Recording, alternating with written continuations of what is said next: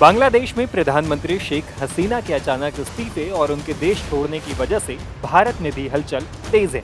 पड़ोसी देश में सियासी उठापटक को लेकर भारत भी चिंतित है। शेख हसीना सरकार के साथ भारत के रिश्ते हमेशा से अच्छे रहे हैं। दोनों देशों के बीच आपसी संबंध बहुत मधुर रहा है। शायद यही वजह भी रही कि शेख हसीना की मदद के लिए भारत तुरंत आगे आया।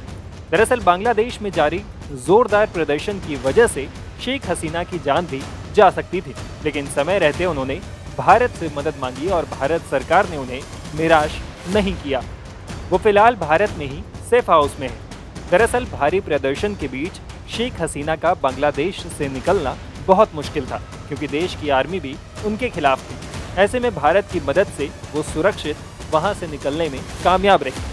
विदेश मंत्री एस जयशंकर ने शेख हसीना के बांग्लादेश से सुरक्षित भारत पहुंचने के बारे में संसद में भी बताया। सबसे पहले तो उन्होंने बताया कि भारत और बांग्लादेश के बीच दशकों से करीबी रिश्ते रहे हैं। इसके बाद उन्होंने कहा 5 अगस्त को कर्फ्यू लगाया गया, इसके बावजूद सड़कों पर मार्च निकाला गया। शेख हसीना ने इसके बाद इस्तीफा देने का फैसला कर लिया। बहुत शॉर्ट नोटिस पर उन्होंने कुछ समय के लिए भारत आने की इजाजत मांगी थी। इसके तुरंत बाद बांग्लादेशी अधिकारियों ने हमसे फ्लाइट क्लियरेंस की इजाजत मांगी। शेख हसीना कल शाम दिल्ली पहुंची। बता दें कि फिलहाल गाजियाबाद में हिंडन एयरबेस पर उनका विमान रुका हुआ है। शेख हसीना ने भारत से कोई राजनीतिक मदद नहीं मांगी है।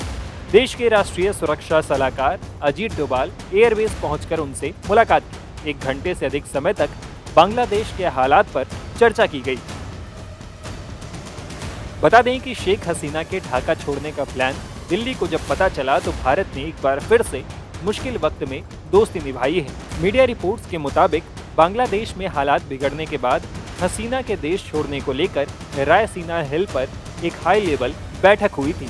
इस बैठक में शेख हसीना के ढाका से हिंडन एयरबेस तक आने को लेकर बातचीत हुई थी।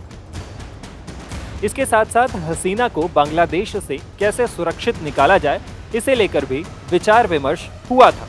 दूसरी तरफ एनएसए अजीत डोभाल और विदेश मंत्री एस जयशंकर के साथ आर्मी और इंटेलिजेंस के सीनियर अधिकारियों के साथ भी मीटिंग हुई थी। इस मीटिंग के बाद बीएसएफ और आर्मी को अलर्ट किया गया। एयरफोर्स को हसीना के प्लेन को सुरक्षित निकालने की जिम्मेदारी दी गई। खुफिया एजेंसियों को ढाका में शेख हसीना की मदद पहुंचाने के लिए कहा गया।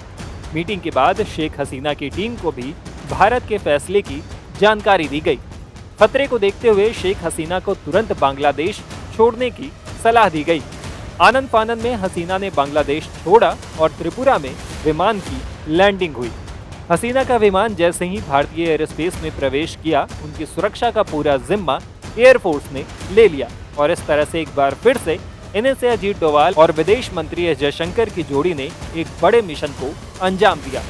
माना जा रहा है कि शेख हसीना अगर ज्यादा समय तक बांग्लादेश में रहती तो फिर उनकी जान को भी खतरा हो सकता था, क्योंकि उनके निकलने के ठीक बाद प्रदर्शनकारी प्रधानमंत्री आवास में भी घुस गए थे और वहां जमकर उन्होंने उत्पात मचाया।